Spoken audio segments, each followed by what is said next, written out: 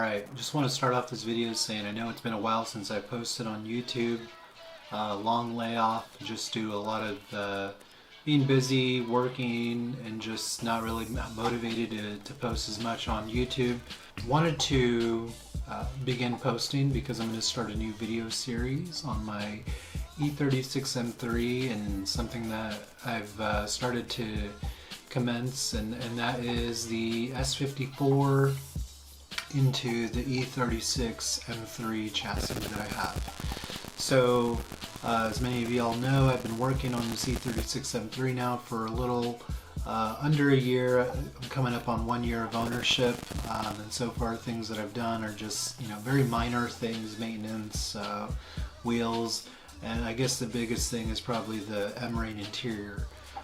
But overall, just trying to restore this E36 M3. It's a great car, love driving it, and it runs really smooth. I started gathering parts for an S54 swap. Now, I haven't seen a lot of guys do the S54 swap themselves, but that's something that I'm taking on and will be doing in my garage. Most guys I think that I've seen do the S54 swap tend to have a shop do it, which can get very spendy. I've seen some guys spend upwards of $15,000 to $25,000 on an S54 swap, which to me is just insane. I don't think it's necessary to spend that kind of money on an engine swap when you're only getting about 340 wheel horsepower. I'm going to kind of go over some of the parts and how I'm going to plan on doing this S54 swap with you guys. If anyone is interested in ever doing like an S54 swap, I think this is a good video to watch. I've tried watching a lot of videos on YouTube and really haven't seen a lot of stuff that's very detailed and very thorough as far as what parts to get and what's necessary, what's not necessary, and so on and so forth. So first off, let me start off with the S54 engine. You'll obviously need one of those.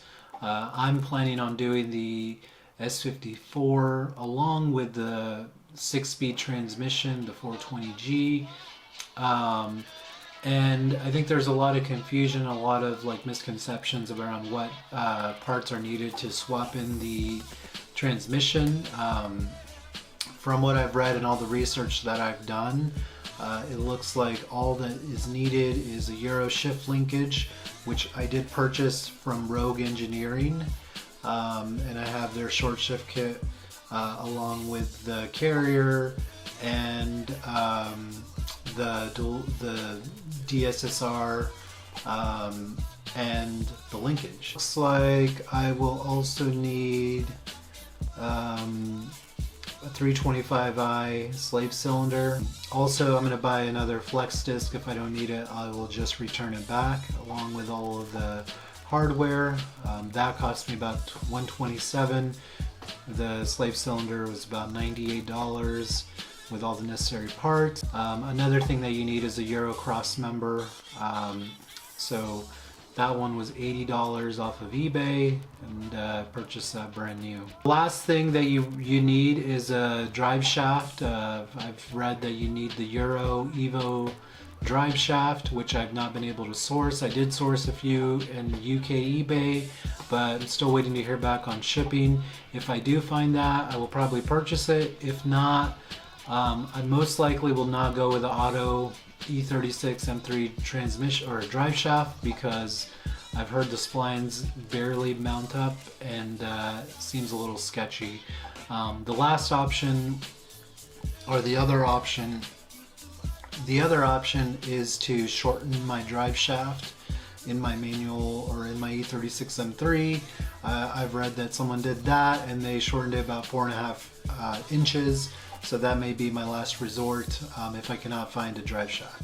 Now, in other video that I watched, a guy said he used the E46 manual drive shaft, and I've heard that SMG and manuals are both the same, but he used it from the donor car that he used and it worked perfectly.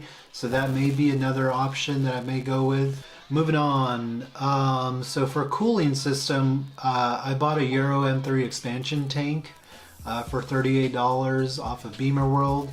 I also bought an E39 coolant pipe hose that's going to connect to the S54 motor. I bought a level sensor for $8 off of Beamer World. That's pretty much it for the cooling system so far. I do plan on using my radiator and coolant hoses that I currently have, since they're upgraded ones. They do mount up to the S54 motor, so you won't have any issues there. And I do need to buy a couple brackets to ensure that I mount my Euro E36 in the stock location. And then I just need to run a few hoses to... I don't think the engine swap is going to be that difficult from what I've read. I think it's just a lot of people have had a lot of issues and wiring nightmares, so I'll go into that here in a moment. I do plan on using either the Euro S50, S52 oil cooler setup or the Z3M oil cooler setup as well. I'm not quite sure which one I'm going to go with yet. Alright, and then the fuel pump, you'll need to upgrade your fuel pump, so I plan on purchasing one from Technica. This is probably the biggest one that people either spend money on or don't, is the wiring. So currently right now with the engine that I'm going to have delivered on Sunday, I have the E36 ECU and wiring harness, which you can use, but you can't you retain it in the stock E36 location. So what most people do is they upgrade and get the Z3M harness, since it's technically long enough for the E36 chassis. So I'm gonna probably purchase that over the next couple weeks, and we'll give it more of like the OEM feel. Now, I have read a lot of people had been wiring their own and lengthening it, which caused a lot of issues with limp mode and just not starting and not running correctly.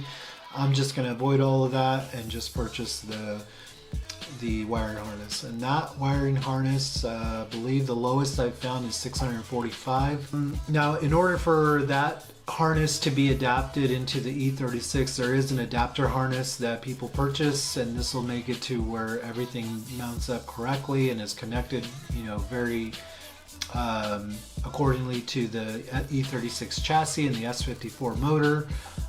So what I plan on doing, or what I've already done, is purchase the adapter harness from Andrew Harvey on Rev Limited. He makes an adapter harness along with the sport mode button that I'm going to pick up. I should have it next week.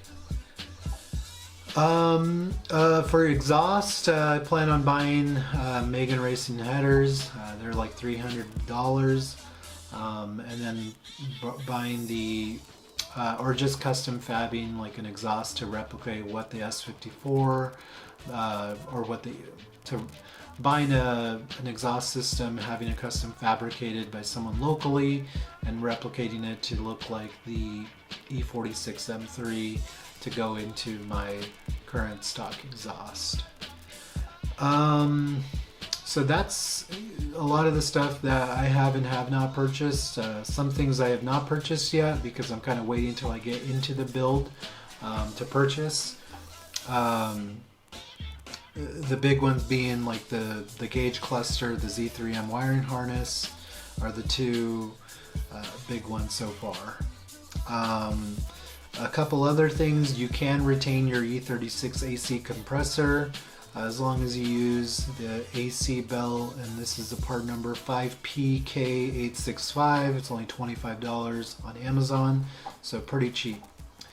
You also, with the wiring harness, you will need the E46 M3 EKP fuel pump relay. You also need the fuel filter regulator from an E46 M3. I'm getting mine with my engine, but it's a little bit different. You can't run the E36 stock one, so you will need to source that. Another thing too that I ended up purchasing was a pedal bracket for the E46 M3 pedal. I did get mine included with my engine, but you do need the bracket, and this guy made a really cool video on it. His name is E36 Daily Driven. I would check it out. His videos are very long, so you'll kind of need to search through it, but I would recommend you look at it and see what he did. It's a lot easier than what I thought it would be, and no welding really required. But your harness should plug into that, and that'll make it to where you have the same functionality that the E36 M3 does. I will say also, for the one thing I did purchase that my engine did not come with is the intake manifold. So I had to purchase a stock intake manifold from a manual car. If you get an SMG, I believe you have to do some sort of modification to it. I plan on using just the stock intake manifold for now, and I did end up getting the elbow with the airflow meter, or the HFM, whatever it's called, for $285, which seems pretty reasonable. Stock airbox. So that's kind of what I have so far, and I believe with the stock M3 airbox I will need to cut it in order for it to fit into the E36 chassis. You can go with the MZ3 airbox, but that's also like $900, and I don't want to spend that. I also didn't want to go with a carbon airbox, just because that would add more to the budget, and you know, I don't know that we would necessarily get any sort of power gains for it. It would look very cool and sound even better, but perhaps that's something I will pursue later on. One thing I didn't mention also is with the S54, you can use your stock motor mounts in the M3, the E36, and stock arms, so you won't need to make any adjustments. You can purchase the MZ3 engine mount arm as well for the driver's side, or yeah, driver's side. That will allow the dipstick to be, you know, work in the E36 chassis, as well as the intake manifold to be supported. But I've read that some folks don't do that, so you should be fine just using your E36 arm and motor mounts. But other than that, I think that's pretty much everything that you really need. Like I mentioned, so far into the build, I want to say that I'm around maybe like $200, and I think when it's all said and done, I will probably be somewhere around $800, because I do have about $1,200 worth of just wiring left with a cluster. And then I will also need to ensure that I account for exhaust, which I'm thinking will be $400 to $500, and then the headers, another $300. So yeah, it's gonna still be a little bit. You know, the good thing is the fundage is not so much an issue with me. It's just about timing and making sure that I have the time to do all of this. I do want to complete all of this on my own, without having any shop do it, just because I would rather do it on my own, and it seems like a pretty easy, not easy, but just something that can be done in your garage. I think a lot of people make it out to be like it's something that has to be done by a reputable shop, but I'd rather, you know, take the time to research it on my own and do it myself. Everything I've disclosed in this video is all things that I've learned, I would say, over the last 3 to 4 months. So yeah, guys, please let me know in the comments if you guys want to see any other videos. I am going to start hoping to record a bit more, but in the meantime, please catch me on my Instagram. I do post on there occasionally, and you can see updates on the Laguna Seca M3 as well as the Astoro Blue M3.